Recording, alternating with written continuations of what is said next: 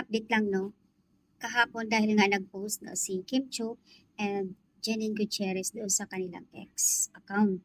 So, doon sa post ni Kimi, aba, binash pa nila. Kikisyo Tagalog daw.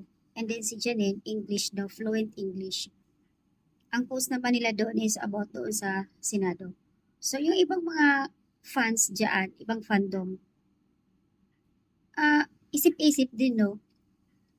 Ano bang connection doon sa post nila, doon sa English or Tagalog, doon sa paliwanag naman, doon sa post ng mains, Janine and Kiwi.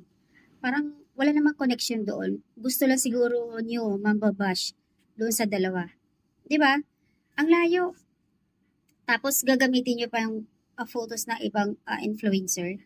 Ito pa, grabe ang sabi pa ni Janine dito, grabe daw.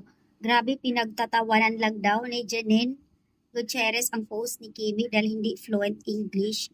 Not unlike daw sa kanya fluent English. Hindi to masasabi ni Janine. Fandom lang talagang gumagawa ng ganito. Ano ba kayo? Binabash nyo pa yung dalawa? Yung dalawa nga yung talagang matapang na nagko-comment, nagpo-post sa kanilang ex account para doon sa nangyari sa Senado, di ba? Tapos babash mo pa. Hindi to mapopost ni, hindi to masasabi ni Janine para kay Kimi. Ang mga fandom lang talaga. Kaya nga binanatan din ng Kim Pao fans itong post na ito dahil wala namang katuturan eh. Basta na lang sila talaga gumagawa ng issue. Lagi nilang sinasabi, graduate si ganito, graduate si ganyan. Compare kay Kimi, hindi.